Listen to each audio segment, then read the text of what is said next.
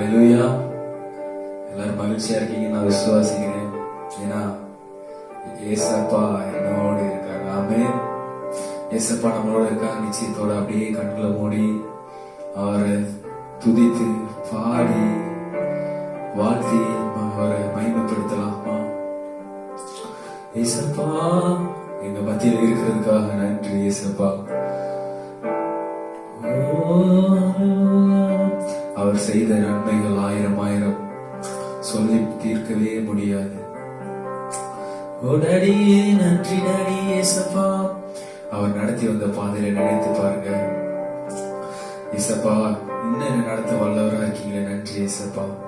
என் வாழ்க்கையில எப்பொழுதுமே முன் வச்சு நடக்க எனக்கு உதவி செய்யுங்க ஏசப்பா. சொல்லுங்க ஏசப்பா பார்த்து ஐ லவ் யூ ஏசப்பா. என் கூட பேசுங்க ஏசப்பா. என் கூட இடைப்படுங்க ஏசப்பா. சொல்லலாமா? ஏசப்பா பார்த்து சொல்லலாமா?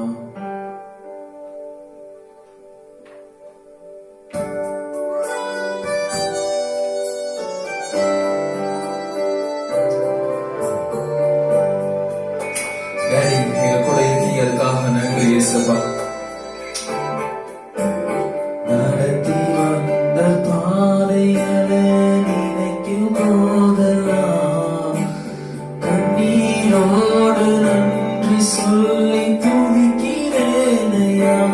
நேசிச்சு பாடுவோம். நடத்தி வந்த பாதைகளை நினைக்கும் போதெல்லாம் கண்ணீரோடு நன்றி சொல்லி துதிக்கிறேனையா.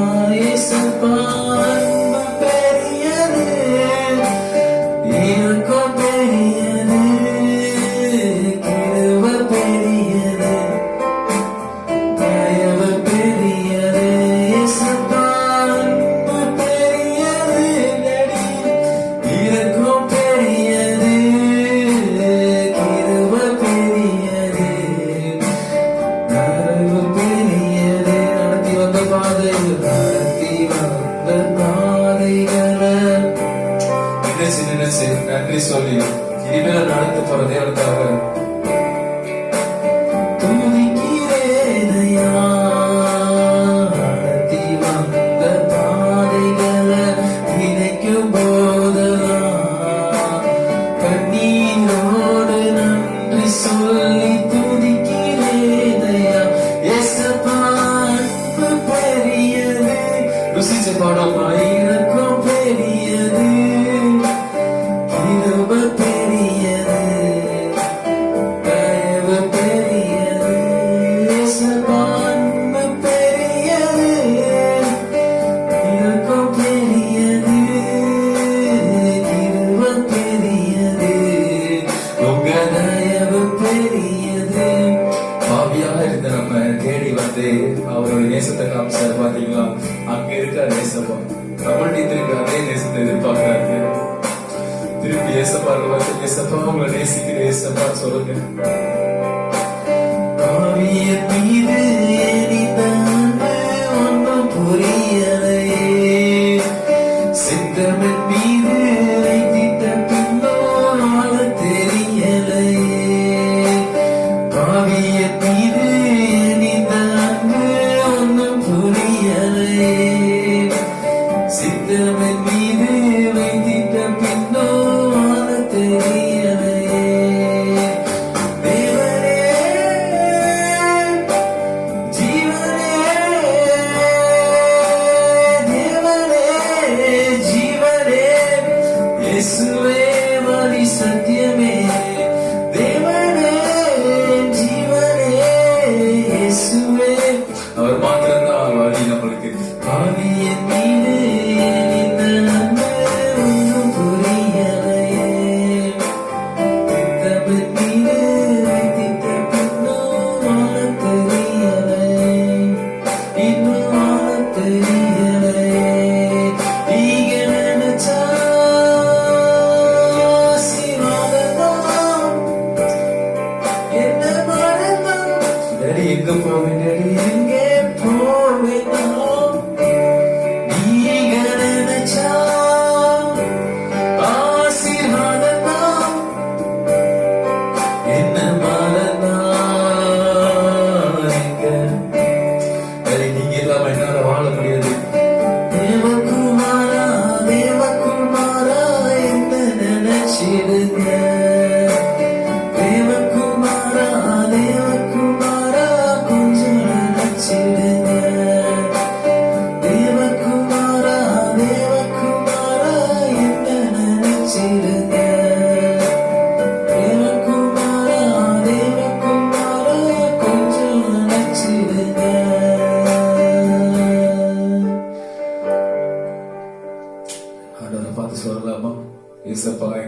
மன்னிச்சிடுங்க ஏசப்பா.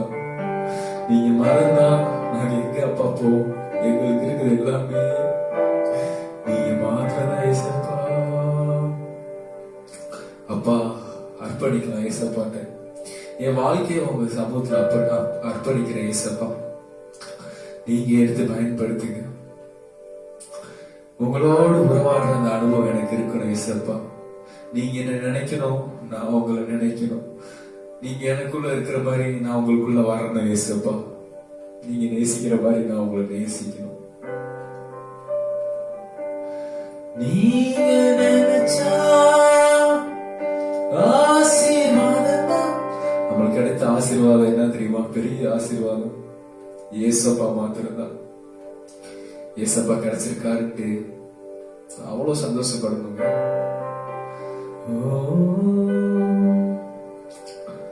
தேவகுமாரா தேவகுமாரா என்ன நினைச்சிருங்க ஏசப்பா.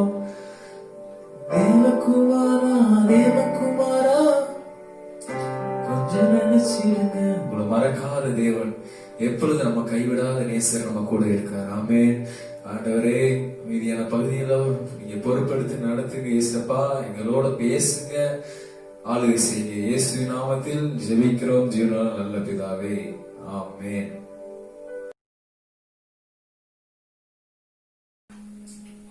கர்த்தருடைய நாமம் பரிசுத்தப்படுவதாக. ஆமென். இந்த இட்டர்னல் லவ் நிகழ்ச்சி மூலியமாக உங்களை சந்திக்கிறது மிக மகிழ்ச்சி அடைகிறேன். இன்னைக்கு நம்ம பார்க்க போற ஒரு தலைப்பு என்னன்னா, ப்ரீசியஸ் கிஃப்ட். ஒரு விலையேறப்பெற்ற ஒரு கிஃப்ட். ஒரு விலையேறப்பெற்ற கிஃப்ட் நம்மளுக்கு கிடைச்சா எப்படி இருக்குங்க? அந்த ஃபீலிங் தான் நம்ம இப்ப வந்து அது ஏசப்பாவோட அந்த ஃபீலிங்கையும் அந்த அன்பையும் நம்மளுக்கு அப்படி என்ன ப்ரீசியஸான கிஃப்ட் கிடைச்சிருக்குன்னு நம்ம இந்த கர்த்தர் நாமத்துக்கு ஸ்தோத்திரம். உங்களை எல்லாத்தையும் இந்த வீடியோ கர்த்தர் நாமத்துக்கு ஸ்தோத்திரம். மீண்டும் பிளஸட் கிறிஸ்டியன் வாய்ஸ் மீடியா மூலமா உங்களை சந்திப்பதில் மிக்க மகிழ்ச்சி அடைகிறேன். இந்த இட்டர்னல் லவ் என்னோட எபிசோட் மூலமா உங்களை சந்திக்கிறதுல மிக்க மகிழ்ச்சி அடைகிறேன். இன்னைக்கு நம்ம பார்க்க போற தலைப்பு என்னன்னா, ப்ரீசியஸ் கிஃப்ட். ஒரு விலையேறப்பெற்ற கிஃப்ட். நம்மளுக்கு கிடைச்ச விலையேறப்பெற்ற கிஃப்ட் என்னன்ட்டு நம்ம இதுல நம்ம பார்க்க போறோம். ஆமென். நம்மளுக்கு கிடைச்ச கிஃப்ட் என்னன்னு பார்க்கலாம். என் கூட எடுத்துக்கோங்க, வேதத்தை எடுத்துக்கொள்ளுங்க. மத்தேயு 1வது அதிகாரம் பாத்தீங்கன்னா ஏசப்பாவோட பிறப்பை பத்தி ஃபுல்லா பார்க்கலாம். ஏசப்பா பிறந்து அவரோட பிறப்பை பத்தி மத்தேயு 1வது அதிகாரம் ஃபுல்லா பார்க்கலாம். ஒரு கிஃப்ட்னா எப்படி இருக்குங்க? ஒரு ப்ரீஷியஸ் கிஃப்ட் எப்படி இருக்கும்? ரெண்டுக்கு நிறைய வித்தியாசம் இருக்கு. ஆமென். ஒரு ஸ்பெஷல் கிஃப்ட், அந்த கிஃப்ட் நம்மளுக்கு கிடைக்கிறப்ப நம்மளுக்கு எப்படி இருக்கும்? அவ்வளவுதான். வாழ்க்கையில அது தவிர வேற எதுவுமே வேணான்ட்டு நம்மளுக்குள்ள ஒரு ஃபீல் ஆகும். ஆமென். அப்படி இருக்கிறப்ப இதுல பார்க்கலாம். மத்தேயு நம்ம பார்க்க போற விஷயம் என்னன்னா, மத்தேயு 1:18 வாசிக்கலாம். கூட சேர்ந்து வாசிங்க. இயேசு கிறிஸ்துவனுடைய ஜனனத்தின் விவரமாவது, அவருடைய தாயாகிய மரியாள் யோசேப்புக்கு நியமிக்கப்பட்டிருக்கையில் அவள் கூடி வரும் முன்னே அவள் பரிசுத்த ஆவியினால் கர்ப்பவதியானாள் என்று காணப்பட்டது. ஆமென். இதுல பாக்குறோம் ஒரு அழகான விஷயம் பார்க்கிறோம். முதலாவது விஷயத்துல என்ன பார்க்க போறோம்னா, நியமிக்கப்படுதல். ஆமென். நியமிக்கப்படுதல்னா கன்ஃபர்மேஷன், ஒரு நிச்சயம் பண்ணப்படுதல். ஆமென். இப்ப இதுல பாக்குறோம் யாருக்கு யார் நிச்சயம் பண்ணிருக்காங்கன்னா, மரியாள் யோசேப்புக்கு நிச்சயப்பட்டு இருக்கையில். ஆமென். அதே போலதான் நம்ம, ஆனா இவங்க வாழ்க்கையை பத்தி நம்ம பார்க்க போறது இல்ல. இதை நம்ம வாழ்க்கையில எப்படி எடுத்துக்கிறோம் நம்ம பார்க்க போறோம். ஆமென். நம்ம வாழ்க்கையில எப்படி எடுத்துக்க போறோம்னா, நம்ம ஏசப்பாக்கு நியமிக்கப்பட்டிருக்கோம். ஆமென். எத்தனை பேருக்கு நம்ம நிச்சயம் இருக்கு? ஆமென். நம்ம மனவாட்டியா இருக்கோம், அவர் மனவாளனா இருக்கார். நம்ம நிச்சயிக்கப்பட்டிருக்கோம். ஆமென். நம்ம தாயின் கருவில் தோன்ற முன்னாடி நம்ம நிச்சயமாக்கப்பட்டுதான் இந்த பூமியில நம்மளை அனுப்பி இருக்காரு. ஆமென். ஆமென். எல்லாருக்கும் அந்த விசுவாசம் இருக்கும் நான் நம்புறேன். அவரை நேசிக்கிறவங்க மாத்திரம் ஆமென் சொல்லலாம். ஆமென். முதலாவது விஷயம் அதுதான், நிச்சயிக்கப்படுதல். அவருக்காக நம்ம நிச்சயிக்கப்பட்டிருக்கோம். அடுத்த விஷயம் பாக்குறோம். ரெண்டாவது விஷயம் என்னன்னா, யோசேப்புக்கு நியமிக்கப்பட்டிருக்கையில் வாசிக்கலாம், அவர்கள் கூடி வரும் முன்னே. ரெண்டாவது விஷயம் என்னன்னா, நம்ம கூடி வர்றதுக்கு முன்னாடியே. இதுதான் ரெண்டாவது விஷயம். ரெண்டாவது விஷயத்த பாக்குறோம்னா, இயேசுவும் நம்மளும். இன்னும் நம்ம ஏசப்பாவை நம்மளும் ஒரு நாள் நம்ம ஏசப்பாவை நம்ம நிச்சயமா பார்க்க போறோம். ஒரு நாள் ஏசப்பாவை நம்ம முகமுகமா தரிசிக்க போறோம். அந்த பரலோக ராஜ்யத்துல அந்த நித்திய ஜீவன் அடைந்து அவர் கூட முகமுகமா ஏசப்பாவை தரிசிக்க போறோம். ஏசப்பா நம்மள என்னோட அன்பான மகனே, செல்ல மகனேன்ட்டு நம்மள மகளேன்ட்டு நம்மளை அழைக்க போற ஒரு நாள் வரப்போகுது. ஆமே. நிச்சயமா அந்த நாளுக்காக நம்ம எல்லாமே ஆயத்தப்பட்டு காத்து கொண்டிருக்கோம். ஆமே. எத்தனை அந்த ஒரு நிச்சயம் இருக்கு, ஏசப்பா நம்மள கண்டிப்பா ஒரு நாள் நம்ம ஏசப்பா நம்ம பார்க்க போறோம். ஆமே. நிச்சயத்தோட வாழ்வோம். ஆமே. இதுதான் ரெண்டாவது விஷயம். அவரை நம்ம பார்க்க போறதுக்கு முன்னாடி என்ன நடக்குதுன்னா, அடுத்து வாசிக்கலாம். மூணாவது விஷயம் என்ன பார்க்க போறோம்னா, அவள் பரிசுத்தாவினாலே கர்ப்பவதியானாள் என்று காணப்பட்டது. ஆமே. மூணாவது விஷயம் வந்து பரிசுத்தாவியால் நிரப்பப்படுதல். ஆமே. மூணாவது விஷயம் பாத்தீங்கன்னா, நிரப்பப்பட்டிருக்கணும் எப்பவுமே. அவங்க காரியத்தை நம்ம பார்க்க தேவையில்லை. அவங்க வாழ்க்கையில நம்ம என்ன எடுத்துக்கலாம்னு பாக்குறோம்னா, ஆண்டவரை நம்ம பார்க்க போறதுக்கு முன்னாடி நம்ம எப்பயுமே ஆயத்தம் உள்ளவர்களா, பரிசுத்தாவியினர் பெற்றவர்களா, அபிஷேகத்தை பெற்றவங்களா எப்பயுமே நம்ம வந்து நிரப்பப்பட்டு காணப்படணும். ஆமே. ஒரு நிச்சயம் இருக்கா, பரிசுத்தாவியினர் கூட இருக்காருன்ட்டு. நீங்க ஞானஸ்தானம் எடுக்கிறப்பே ஆண்டவர் பரிசுத்தாவியினர் உங்க கூட அனுப்பிடுறாரு. ஆண்டவர் பரிசுத்தாவியினர் தான் உங்க கூட வளர வைக்கிறார். சின்ன வயசுல இருந்து ஆண்டவர் உங்க பரிசுத்தாவியினரால் நடத்தப்பட்டு நீங்க இவ்வளவு தூரம் வாழ்றதுக்கு காரணமே அவர் வந்து ஒரு நல்ல போதகரா இருக்காரு. ஆமே. எப்பயுமே நீங்க ஏதாச்சும் ஒரு தப்பு பண்ணாலும், ஏசப்பாக்கு பிரியமில்லாத காரியத்தை பண்ணாத மகனேன்ற ஒரு உணர்வு பாத்தீங்களா, அது பரிசுத்தாவியினர் தான். உணர்த்துதல் கொடுக்கிற ஒரு சத்தம் கேக்குதா, ஒரு உணர்த்தப்படுறீங்களா, அது பரிசுத்தாவியினர் தான். ஏசப்பாக்கு பிரியமான காரியங்களை நீங்க செய்யணும்ட்டு அவர் வந்து உங்களுக்காக பெருமூச்சு விட்டு ஜெபம் பண்ணிட்டு இருக்காரு. ஆமே. அவர் உங்க கூட இருக்காருன்னு ஒரு நிச்சயம் எப்பயுமே இருக்கு. அவர் நம்ம விட்டு எப்பயுமே மாறாத ஒரு தேவன். ஆமே. மாறாத ஒரு தேவன், பரிசுத்தாவியானவரா நம்ம கூட இருக்காரு. ஆமே. அந்த நிச்சயம் இருக்கணும். ஏசப்பா நம்ம பார்க்க போறதுக்கு முன்னாடி நமக்குள்ள எப்பயுமே பரிசுத்த ஆவியானவரால் நிரப்பப்பட்டு இருக்கணும். ஆமே. அடுத்த விஷயம், நாலாவது விஷயம் என்ன பார்க்க போறோம்னா, அது கீழே வாசிக்கலாம். 19வது வசனம், மத்தேயு 1:19 வாசிக்கலாம். அவள் புருஷனாகிய யோசேப்பு நீதிமானாய் இருந்து அவளை அவமானப்படுத்த மனதில்லாமல் ரகசியமாய் அவளை தள்ளிவிட யோசனையா இருந்தாள். இதுல பாக்குறோம், அவங்க ஹஸ்பண்ட் எப்படி இருக்காரு, நீதிமானா இருக்காரு. நீதிமான். நம்ம எப்படி இருக்கோம், நீதிமான். இது அநேக டைம்ல நம்ம மறந்து போயிடுறோம். அநேக டைம்ல தவறு செஞ்சிடறோம். நம்ம மனிதன் இயற்கையில தவறு செஞ்சிடறோம். சாத்தானோட ஒரு சதியில நம்ம தவறு செஞ்சிடறோம். பட் அநேக டைம்ல நம்ம நீதிமான்றதை மறந்துடும். ஏசப்பா நீதிமானா இருக்காரு. யோசேப்பு இந்த இடத்துல நீதிமானா இருக்கான். நம்மளோட அப்பா எப்படி இருக்காருன்னா நீதிமானா இருக்காரு. அதனால நம்மளும் நீதிமானா ஆக்கப்பட்டிருக்கோம். நம்ம நீதிமான எத்தனை பேர் விசுவாசிக்கிறீங்க? ஆமே. பரிசுத்தாவில நடத்தப்பட்டுட்டு வரோம். நம்ம ஏசப்பா ரத்தத்தால கழுவி நம்மள நீதிமான் ஆக்கிட்டாங்கன்னு ஒரு நிச்சயம் இருக்கணும். ஆமே. ஆமே. அனுதினமும் நம்ம ஏசப்பா தேடுறப்ப நம்ம நீதிமான்ற ஒரு நிச்சயம் இருக்கணும். கண்டிப்பா ஆண்டவர் உங்களை எல்லாத்தையும் ஏற்றுக்கொள்கிற ஒரு தேவனா இருக்காரு. உங்கள் பாவங்களை மன்னிச்சு உங்க பாவங்களை சிலுவையில மன்னித்த தேவனா இருக்காரு. இயேசுதான் நம்மளுக்கு ஒரே நிரந்தரமான ஒரு நல்ல போதகர். அவர் நம்ம பரிசுத்தாவியான அவர் நடத்தப்பட்டு வரும்போது நிச்சயமா நம்ம வந்து அவரோட அன்பினால் இழுத்து நேர்வழியா நம்ம வருவோம். ஒரு நிச்சயம் இருக்கு. ஆமே. ஏன்னா நம்ம தேடி போலங்க, ஏசப்பா நம்மளை தேடி வந்திருக்காரு. ஆமே. இயேசு நம்ம தேடி வந்து நம்ம பாவங்களை நம்ம மன்னிக்கிற தேவனா இருக்காரு. நீங்க பரிசுத்த ஆவிக்காக ஜெபிக்கிறப்ப நிச்சயமா உங்களுக்கு தருகிற ஒரு தேவனா இருக்காரு. பரிசுத்த ஆவிக்காக ஜெபிங்க, காத்திருங்க, நிச்சயமா தருவார். அதுக்கப்புறம் நம்ம நீதிமான் ஆக்கப்படுவோம். கண்டிப்பா ஏசப்பா ரத்தத்தால நம்ம கழுவப்பட்ட பிள்ளைங்க, அவரோட பிள்ளைங்க. நம்ம என் அப்பா என்ன நீதிமான், என் அப்பா நீதிமான்னா நானும் நீதிமான் தான். நம்ம அப்பா எப்படி இருக்காரோ அதுபடிதான் நம்மளும். நம்ம ஏசப்பா எப்படி நம்மளுக்கு தெரியுங்க, நல்லாவே தெரியும். அவரை மாதிரிதான் நம்மளும். அவர் நீதிமான், சோ நம்மளும் நீதிமான். அதான் நாலாவது விஷயம். அடுத்த விஷயம் பார்க்கலாம். அவர் யோசேப்பு நீதிமான் இருந்து அவரை அவமானப்படுத்த மனதில் நம்ம ரகசியமே அவரை தள்ளிவிட யோசனையா இருந்தான். அவன் இப்படி சிந்தித்துக் கொண்டிருக்கையில் கர்த்தருடைய தூதன் சொப்பனத்தில் அவனுக்கு காணப்பட்டு அவங்களை வந்து அவர் நீதிமானா இருக்காரு. சோ இந்த இடத்துல பாக்குறோம், நீங்க நீதிமான் தான். பட் ஆண்டவர் ஒரு சில காரியங்களை உங்களுக்கு நியமிச்சிருக்க காரியத்தை வந்து நீங்க ஏற்க மனசு இல்லாம இருக்கலாம். ஒருவேளை ஒரு குழப்பம் இருக்கலாம், அவிசுவாசம் இருக்கலாம். இது கர்த்தர் தான் நம்மளுக்கு தந்தாருன்னு ஒரு அவிசுவாசம் இருக்கலாம். இல்ல பல காரியங்கள் தவறான நீங்க வழியில கூட போகலாம். சம்டைம்ஸ் இதுதான் ஆண்டவர் நியமிச்ச வழி நினைச்சிட்டு நீங்க தவறான வழியில கூட போகலாம். பட் ஆண்டவர் நீங்க நீதிமானா பரிசுத்த ஆவியால நிரப்பப்பட்டு நீதிமானா இருக்கிறப்ப நிச்சயமா ஆண்டவர் வந்து அது கீழே படிச்சு பாத்தீங்கன்னா தெரியும். 20வது வசனம், அவன் இப்படி சிந்தித்துக் கொண்டு இருக்கையில் கர்த்தர் தூதன் சொப்பனத்திலே அவனுக்கு காணப்பட்டு தாவீது குமாரனாகிய யோசேப்பே.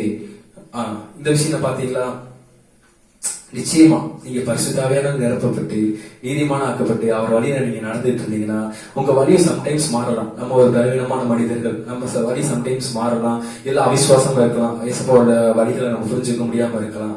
அப்படி இருக்கிற நேரத்துல கண்டிப்பா இயேசு பேசுற ஒரு தேவனா இருக்கு. இந்த இடத்துல யோசேப்புக்கு சொப்பனத்துல ஏசப்பா பேசினாரு, இதுதான் உன்னோட நியமிக்கப்பட்ட வழின்னு பேசினாரு. மரியாதை உனக்கு நியமிக்கப்பட்ட வழி, அந்த பாதையில நீ கரெக்டா தான்ப்பா போறேன்ட்டு பேசுறாரு. அப்ப அதே மாதிரி நம்ம கூட பேசுற தேவனா இருக்காரு. பரிசுத்தாவியனர் நம்ம கூட இடைப்படுவார், நிச்சயமா இடைப்படுவார். அதுக்கு நம்மளுக்கு முதலாவது தேவை பரிசுத்தாவியனர் தேவை. நம்ம நீதிமானாக்கப்பட்டிருக்கோம், நிச்சயம் வேணும். ஆமென் ஆமென். அடுத்து பார்க்கலாம், அது கீழே பார்க்கலாம். உன் மனைவியாக மரியாதை சேர்த்துக்கொள்ள ஐயப்படாது, அவளில் உற்பத்தியானது பரிசுத்தாவினால் உண்டானது. ஆமென். அடுத்த விஷயம் பாக்குறோம், நம்ம செய்யற காரியங்கள் எப்படிப்பட்ட காரியங்களா இருக்கு, பரிசுத்தமா ஏற்ற காரியங்களா இருக்கா, இல்ல பாவமான ஏற்ற காரியங்களா இருக்கான்னு பாக்கணும். அதுதான் 5வது விஷயமா நம்ம பாக்குறோம். நமக்குள்ள உற்பத்தி ஆகிற விஷயங்கள் என்ன காரியம், அவிசுவாசமா இல்லாம ஆண்டவருடைய வழியில நடக்கிறோமா, நடக்கும்போது நம்மளுக்கு அதனால ஆண்டவருக்கு கிடைக்கிற அந்த மகிமை, ஆண்டவருக்கு கிடைக்கிற பலன் என்னவா இருக்கு, பரிசுத்தமா இருக்கா இல்ல பாவமா இருக்கா.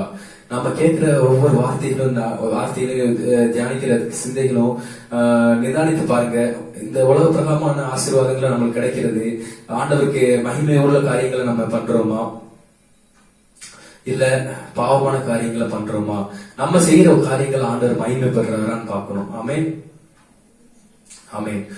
அப்ப அடுத்து பாத்தீங்கன்னா நம்ம செஞ்சிட்டு இருக்க காரியங்கள் பரிசுத்தாவியானால செய்யப்பட வேண்டும். ஆமென். மரியாளுக்குள்ள உற்பத்தியான விஷயம் என்னன்னா பரிசுத்தாவியானால் உண்டானது. அதே போல நமக்குள்ள அனுதினமும் நம்ம செய்யற காரியங்கள் மூலமா நம்மளுக்கு கிடைக்கிற பலன் என்னதுன்னா, பலனா உற்பத்தி ஆகிற விஷயம் என்னன்னா பரிசுத்தாவியால் நிரப்பப்படுறது, அவரோட அன்பால நிரப்பப்படுறது, அவரோட அபிஷேகத்தால நிரப்பப்படுறது. ஆமென். நம்ம அனுதினமும் அவர் கேட்ட காரியங்களை, தேவனுக்கு ஏற்ற சிந்தைகளை, இயேசு என்னைக்குமே எப்பயுமே இருக்கிற ஒரு மனுஷனுக்கு நிச்சயமா அவனுக்குள்ள உருவாகிற ஒரு காரியம், உற்பத்தி ஆகிற ஒரு விஷயம் பரிசுத்தாவியினால் நிரப்பப்பட்டு நாளுக்கு நாள் புதிய கிருபை புது பலன் அடைந்து கழுகுகளை போல சட்டை எடுத்து எழும்புற ஒரு மனுஷனா இருக்கலாம். ஆமென் ஆமென். அடுத்து அது கீழே வாசிக்கலாம். அவள் ஒரு குமாரனை பெறுவாள். 21வது வசனம். அவர் ஒரு குமாரனை பெறுவாள், அவள் இயேசு என்று பெயரிடுவார், ஏனெனில் நமது ஜனங்களை பாவங்களை நீக்கி அவர் ரட்சிப்பார். இப்பதான் நம்ம ஃபைனலுக்கு வந்துட்டோம். அடுத்து கடைசியா நம்ம பெற இந்த டாபிக் கொடுத்த விஷயமே அதுதான். நம்ம பிரீசியஸ் கிஃப்ட் என்னது, இவ்வளவு காரியங்கள் நம்ம கடைபிடித்து வரப்ப இந்த இடத்துல பாத்தீங்கன்னா மரியாதை என்ன பெற்றுக்கிட்டான்னு பாக்குறீங்கன்னா 20 நல்லா படிச்சு பாருங்க. அவள் ஒரு குமாரனை பெறுவாள், அவளுக்கு இயேசு, அவ்வளவுதான். அது நீங்க பைபிள்ல பாத்தீங்கன்னா இயேசுன்ற பேரை நல்லா ஹைலைட்டா கொடுத்திருப்பாங்க. அப்பவே புரிஞ்சுக்கணும் அவங்க பெற விஷயம் என்னன்னா, அவங்க பெற்றுக்கொண்ட ஒரு விஷயம் என்னன்னா இயேசு. ஆமென். நம்ம பார்க்க போற இன்னைக்கு இந்த பார்த்த காரியத்துல நம்மளுக்கு கிடைத்த அந்த பிரீசியஸான கிஃப்ட் என்னன்னா இயேசு. ஆமென். இத சொல்றப்பே அப்படியே ஒரு பெரிய சந்தோஷம் கிடைக்குங்க. நீங்க படிச்சு பாத்தீங்கன்னா தெரியும், நம்மளுக்கு கிடைச்ச பெரிய கிஃப்ட் என்னன்னா இயேசு தான். ஆமென். முதலாவது விஷயம் என்னன்னா நியமிக்கப்பட்டிருக்கோம், ஆண்டவருக்காக நியமிக்கப்பட்டு பூமியில வந்துட்டோம். அடுத்த விஷயங்கள் என்னன்னா பரிசுத்தாவியால் நிரப்பப்பட்டு நம்ம நடத்திப்பட்டு வரோம். அடுத்த விஷயம் என்னன்னா நம்ம நீதிமானாக்கப்படுறோம். அடுத்த விஷயம் என்னன்னா நம்ம அந்த வழியில ஆண்டவரோட வழியில நடந்துட்டு இருக்கிறப்ப அவிசுவாசம் இல்லாம இருக்கணும். அடுத்த விஷயம் என்னன்னா நம்ம பண்ற காரியங்கள் தேவனுக்கு ஏத்ததா, தேவனை மகிமைப்படுத்தணும். இயேசு நம்ம பண்ற காரியங்கள் அடுத்தவங்க பாக்குறப்ப ஏசப்பாவை அவங்க பார்க்கணும். அந்த காரியத்துல நமக்குள்ள ஏசப்பாவை பார்க்கணும். ஆமென். ஏசப்பா அவங்க நம்ம மூலமா அவங்க ரசிக்கப்படுறவங்களா இருக்கணும். ஆமென். இதெல்லாம் நம்ம கடைபிடிச்சிட்டு வரப்ப நமக்கு கிடைக்கிற என்ன கிஃப்ட் என்னன்னா அந்த பிரீசியஸ் கிஃப்ட். இதுக்கு நான் கொடுத்த தலைப்பே அதுதான், அந்த விலையேறப்பட்ட கிஃப்ட் என்னன்னா இயேசு.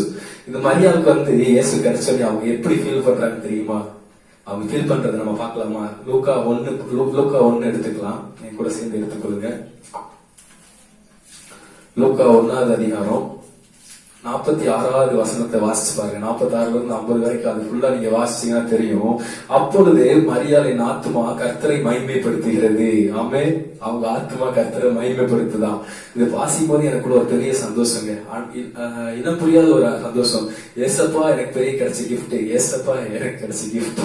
ஆமே ஆமே. வாசிக்கலாம். அப்பொழுது மரியாள், என் ஆத்துமா கர்த்தரை மகிமைப்படுத்துகிறது, என் ஆவி என் இரட்சகராகிய தேவனிடத்தில் களி கூறுகிறது. ஆமென். ஆவியை கழுவி என் ஆத்துமா ரட்சகராகி தேவனத்தில் கழுவி வருகிறது. அவர் தம்முடைய அடிமையை தாழ்மையை நோக்கி பார்த்தார். இது முதல் எல்லா சந்திக்கும் என்னை பார்க்கிறது. நான் ரொம்ப லக்கின்னு ஃபீல் பண்றேன்னு சொல்றாங்க. அந்த 48வது வசனம் கடைசி பாத்தீங்கன்னா ரொம்ப லக்கி ஃபீல் பண்றாங்க. நீங்க வீட்டுல உட்காந்து தியானிச்சு பாருங்க. அவங்க ஃபீல் பண்ற விஷயங்கள் அப்படியே நம்மள இயேசப்பா ரொம்ப நேசிக்க ருசிக்க வைக்குங்க. நம்மளுக்கு அடுத்த ப்ரீசியஸ் கிஃப்ட் அந்த அன்பு. ஏசப்பா வந்தாலே அந்த அன்பு ஆட்டோமேட்டிக்கா வந்துடும். அதுதான் இந்த இன்டர்னல் லெவல்ல நான் பாக்குற விஷயம், நம்ம மகளாவது பாக்குற விஷயம், ப்ரீசியஸ் கிஃப்ட். நம்மளுக்கு அடுத்து யாராச்சும் உங்களுக்கு கேக்குறாங்க, உனக்கு கிடைச்சதுல என்னப்பா, நான் இவ்வளவு பெரிய ஆளா இருக்கேன், அவ்வளவு பெரிய ஆளா இருக்கேன், நீ இன்னும் ஒண்ணுமே நடக்கலையே உனக்கு அப்படி கிடைச்சுன்னா, எனக்கு எல்லாமே கிடைச்சிருச்சு. எனக்கு கிடைச்ச ஒரு பெரிய பொக்கிஷமே கிடைச்சிருக்கு. எனக்கு கிடைச்சது யாரு? அவனுக்கு கிடைக்காது எனக்கு கிடைச்சிருக்கு. அது யாரு? இயேசு. ஆமென்.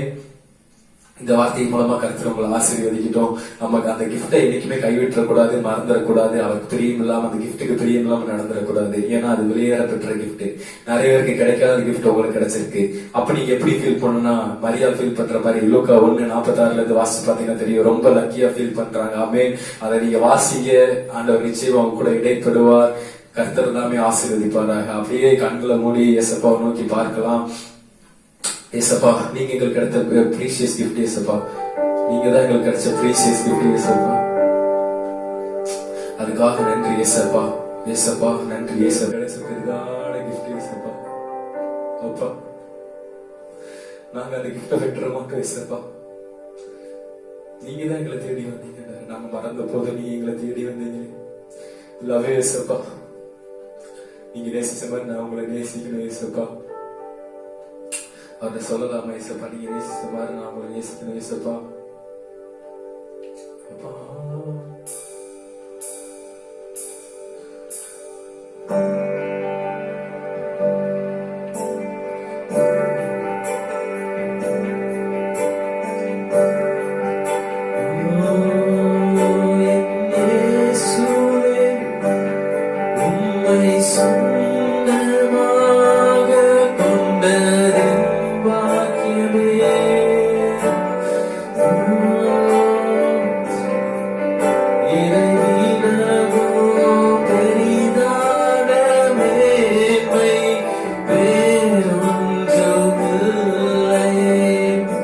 ரொம்ப லக்கியா ஃபீல் பண்ற மாதிரி பாடலாம்.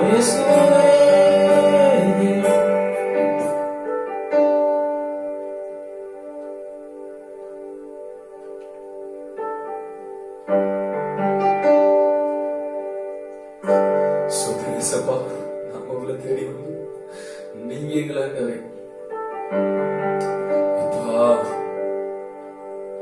எங்களுக்கு கிடைச்ச ப்ரீசியஸான கிஃப்ட் நீங்க தான் ஏசப்பா. அநேக நேரங்கள் நாங்க மறந்திருக்கலாம் ஏசப்பா. எங்களை மன்னிங்க ஏசப்பா.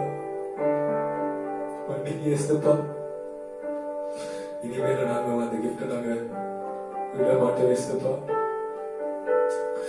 அப்பா, உங்க நேசிக்கிறவங்க நீங்க எங்களுக்கு சொந்தமா கிடைச்சது. நாங்க ரொம்ப லக்கியா ஃபீல் பண்றோம் ஏசப்பா. நாங்க ரொம்ப லக்கி ஏசப்பா.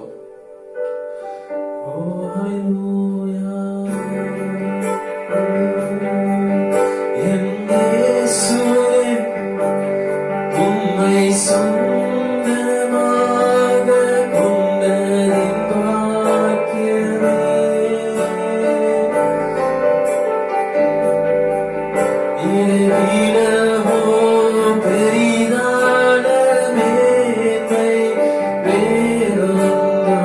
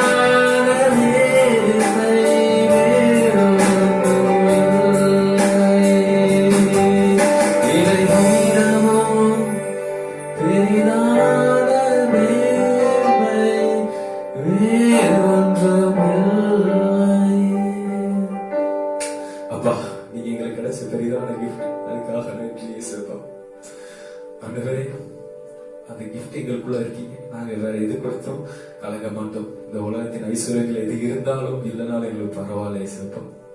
எங்களுக்கு அடுத்த பெரிதான அந்த கிஃப்டுக்காக நன்றி இயேசப்பா. அப்பா, நீங்க மகிமைப்படுங்க. உங்களை எப்பயும் நாங்க வெளிப்படுத்துற ஒரு பிள்ளைகளா வாழ உதவி செய்யுங்க. We love you இயேசப்பா. இயேசு நாமத்தில் ஜெபிக்கிறேன் ஜீவனுள்ள பிதாவே, ஆமென். God bless you. கர்த்தர் உங்களை ஆசீர்வதிப்பார். gift எப்பயுமே விட்டுறாதீங்க. எது இருந்தாலும் இல்லைனாலும் ஏசப்பா இருக்காரு. ஆமென். God bless you.